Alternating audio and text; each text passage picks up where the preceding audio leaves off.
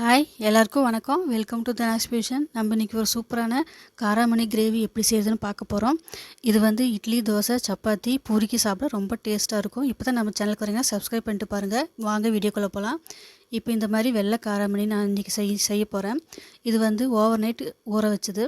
இப்படி நசுக்குனா இந்த அளவுக்கு உள்ள வரைக்கும் நல்லா நசுக்கணும். அந்த அளவுக்கு ஊற வச்சுக்கோங்க, அப்போ தான் நல்லாயிருக்கும். இப்போ இதை ஊற வச்சதை வந்து நான் குக்கரில் போட்டு வேக வச்சு எடுக்க போகிறோம். இதை வந்து குக்கரில் இப்போ போட்டுட்டு 3 விசில் விட்டு எடுத்துக்கலாம். இப்போது இதை வந்து குக்கரில் ட்ரான்ஸ்ஃபர் பண்ணிடுங்க. ட்ரான்ஸ்ஃபர் பண்ணிவிட்டு இது கூட இப்போது நம்ம வந்து மஞ்சத்தூள் 1/4 டீஸ்பூன் சேர்த்திக்கோங்க. உப்பு, இதுக்கு தேவையான உப்பு 1/4 டீஸ்பூன் அளவுக்கு சேர்த்திக்கோங்க. சேர்த்துட்டு நல்லா கலந்து கொடுத்துட்டு மூடி வச்சுருங்க. மூடி வச்சுட்டு 3 விசில் வச்சு எடுத்துக்கோங்க. மீடியம் ஃப்ளேம்லேயே வச்சுக்கோங்க. அப்போ தான் நல்லா சாஃப்டாக நல்லா வெந்து வரும். ரொம்ப வேகக்கூடாது, சாஃப்டாக வெந்து வந்தால் போதும். இப்போ குக்கரை வச்சாச்சு. இப்போ இதுக்குள்ளே நம்ம மசாலா ஒன்று ரெடி பண்ணிக்கலாம். தக்காளி பேஸ்ட் வந்து ரெடி பண்ணி நம்ம எடுத்து வச்சுக்கலாம். 2 தக்காளி, மீடியம் சைஸ் தக்காளி பியூரி ரெடி பண்ணியாச்சு. இப்போது குக்கர் ஓப்பன் பண்ணி பார்க்கலாம். பாருங்கள், நல்லா சாஃப்டாக நல்லா வெந்து வந்திருக்குது. ரொம்ப குழையக்கூடாது, குழஞ்சிருச்சுன்னா அப்புறம் டேஸ்ட் இருக்காது. இப்போது ஸ்டவ் ஆன் பண்ணிட்டு ஒரு கடாயை வச்சுக்கோங்க. கடாயில் 1 டேபிள் ஸ்பூன் அளவுக்கு, ஒரு குளிக்கரண்டி அளவுக்கு எண்ணெய் ஊற்றிட்டு அதில் கடுகு, சீரகம் 1/2 டேபிள் ஸ்பூன் சேர்த்துட்டு நல்லா பொரிய விட்டுருங்க. அது பொரிஞ்சதுக்கப்புறம் பட்டை ஒரு பீஸு இந்த மாதிரி கட் பண்ணிவிட்டு போட்டுக்கோங்க. பிரியாணி இலை 1, வரமிளகாய் ஒரு 4 சேர்த்திக்கோங்க. கூடவே பெருங்காயம் 1/4 டீஸ்பூன் அளவுக்கு சேர்த்துட்டு நல்லா பொரிய விட்டுருங்க. இது பொரிஞ்சதுக்கப்புறம் பெரிய வெங்காயம் 2 மீடியம் சைஸ் வெங்காயத்தை ஸ்லைஸ் பண்ணிட்டு இந்த மாதிரி சேர்த்துக்கோங்க. நல்லா சின்னதாக நறுக்கிட்டு இப்போ இந்த வெங்காயம் நல்லா வதங்கி வரட்டும். வெங்காயம் வந்து ரொம்ப வதங்க வேண்டாம், சும்மா லைட்டாக கலர் சேஞ்ச் ஆனால் வதங்கி வந்த போதும் அந்தளவுக்கு வதக்கிக்கோங்க. இது கூட இஞ்சி பூண்டு பேஸ்ட்டு 1 டேபிள் ஸ்பூன் அளவுக்கு சேர்த்திக்கோங்க. சேர்த்துட்டு இது வந்து பச்சை வாடை போகிற வரைக்கும் நல்லா வதக்கிக்கலாம். இப்போ இதோட பச்சை வாசனை போயிடுச்சு. இப்போ வந்து தக்காளி பியூரியை நம்ம போட்டுடலாம். இது கூட தக்காளி பியூரியை சேர்த்ததுக்கப்புறம் நல்லா கலந்து கொடுத்துக்கலாம், வெங்காயத்தையும் தக்காளி பியூரியும். இப்போ இந்த தக்காளி இதில் ஈரத்தன்மையெல்லாம் போயிட்டு நல்லா ஆயில் விட்டு வரணும். அந்தளவுக்கு நம்ம இதை வதக்கிக்கலாம். இப்போது இது நடுவுலையே மசாலா பேஸ்ட் ஒன்று ரெடி பண்ணிக்கலாம்.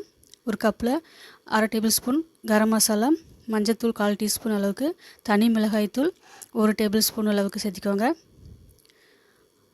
அடுத்ததாக கொத்தமல்லி தூள் 1 டேபிள் ஸ்பூன் அளவுக்கு சேர்த்திக்கோங்க. சீரகத்தூள் இருந்தாலும் கொஞ்சம் சேர்த்திக்கோங்க, நல்லாயிருக்கும் அது.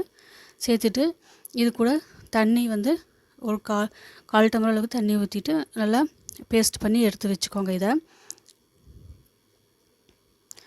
இப்போ இந்த பேஸ்ட் வந்து ரெடி ஆயிடுச்சு நம்மளுக்கு. இந்த பேஸ்ட் நம்ம ஒரு பக்கம் வச்சிடலாம். இப்போது தக்காளி, வெங்காயம் எல்லாம் எப்படி வதங்கியிருக்குன்னு பார்க்கலாம். பாருங்கள், எல்லாம் நல்லா ஆயில் விட்டு பிரிஞ்சு வந்திருக்கு. இந்த டைமில் இந்த மசாலாவை நம்ம ஆட் பண்ணிடலாம். மசாலா ஆட் பண்ணிவிட்டு கொஞ்சம் தண்ணி கொஞ்சம் சேர்த்திக்கோங்க. இப்போ வந்து ஃபுல் ஃப்ளேமில் வச்சுக்கோங்க. வச்சுட்டு 1 நிமிஷம் இது நல்லா பச்சை வாடை போய் நல்லா வர வரைக்கும் வதக்கிக்கோங்க. 1 நிமிஷம் 2 நிமிஷம் இந்த மாதிரி வதக்கிக்கோங்க. அதோட பச்சைத்தன்மை எல்லாம் போய் நல்லா வதங்கி வரட்டும். அந்தளவுக்கு வதக்கிக்கலாம். இதை இப்போது மசாலாவையும் தக்காளி பேஸ்ட்டையும் வெங்காயம் எல்லாம் ஒன்றா சேர்ந்து வதங்கி வரட்டும். பாருங்கள், எல்லாம் ஆயிலெல்லாம் நல்லா விட்டு பிரிஞ்சு வந்திருக்குது. இந்த டைமில் 2 டேபிள் ஸ்பூன் தயிர் சேர்த்திக்கலாம். தயிர் சேர்த்துனா ரொம்ப டேஸ்ட் ரொம்ப நல்லாயிருக்கும், சாப்பிடவும் ரொம்ப நம்மளுக்கு நல்லாயிருக்கும். அதனால் தயிர் சேர்த்திக்கலாம். சேர்த்துட்டு நல்லா மீடியம் ஃப்ளேமில் வச்சுட்டு நல்லா கலந்து கொடுத்துக்கோங்க தயிர் உடனேயே.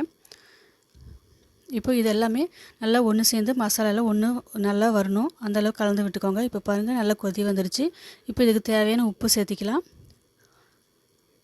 உப்பு சேர்த்திட்டு நல்லா கலந்து கொடுத்துக்கோங்க. இப்போது நம்ம வேக வச்சுக்கிற காராமணியை ஃபில்டர் பண்ணிவிட்டு தண்ணி தனியாக வச்சுட்டு வெள்ளை காராமணி மட்டும் இது மாதிரி சேர்த்திக்கலாம். சேர்த்துட்டு மசாலாவோட ஒரு 2 நிமிஷம் நல்லா கலந்து கொடுங்க. அப்போ வந்து மசாலாவும் காராமணியில் நல்லா இறங்கி நல்லாயிருக்கும். இந்த மாதிரி நல்லா எல்லாத்தையும் கலந்து கொடுத்துக்கோங்க. இப்போது இந்த மசாலாவும் காராமணியும் எல்லாம் ஒன்று சேர்ந்து வந்துருச்சு. இந்த டைமில் வந்து நம்ம ஃபில்டர் பண்ணிக்கிற தண்ணியை வந்து இது கூட சேர்த்திக்கலாம். சேர்த்தி வச்சுட்டு நல்லா வேக விட்டுடலாம். இதை கூடவே கொத்தமல்லி இலைகள் கொஞ்சம் சேர்த்திக்கோங்க, கட் பண்ணதை சேர்த்துட்டு நல்லா கலந்து கொடுத்துக்கோங்க. இப்படி சேர்த்துனா நல்லா வாசமாக நல்லாயிருக்கும் குழம்பு. இந்த மாதிரி கலந்து கொடுத்ததுக்கப்புறம் இப்போ நம்ம ஃபில்டர் பண்ணி வச்சுருக்கிற காராமணி தண்ணியை சேர்த்திக்கலாம். இதுக்கப்புறம் இன்னும் தண்ணி வேணும்னு நினச்சிங்கன்னா சுடு தண்ணி மட்டும் ஊற்றுங்க, பச்சை தண்ணி ஊற்றிடாதீங்க, அப்புறம் டேஸ்ட் நல்லா இருக்காது. கலந்து கொடுத்துட்டு எந்த அளவுக்கு தண்ணி வேணுமோ குழம்பு வேணுமோ அந்த அளவுக்கு நீங்கள் சேர்த்து வச்சுக்கோங்க. இப்போவே சேர்த்து வச்சுட்டு கஸ்தூரி மேத்தி கொஞ்சம் போட்டுக்கலாம். போட்டு நல்லா கலந்து கொடுத்துக்கோங்க. இப்போ ஒரு இன்னும் 5 நிமிஷம் இல்லைனா 7 நிமிஷம் வெந்தால் போதும். மூடி வச்சு லைட்டாக கொஞ்சம் ஓப்பனாக இருக்கிற மாதிரி வச்சுட்டு வேக வச்சிடலாம். ஒரு 5 நிமிஷம் வேக விட்டுடலாம். நடுவில் அப்பப்போ கலந்து கொடுத்துக்கோங்க, அடிக்கினா பிடிச்சிரும். அவ்வளோதான், சூப்பரான காராமணி வெள்ளை காராமணி ரெடி. தேங்க்யூ.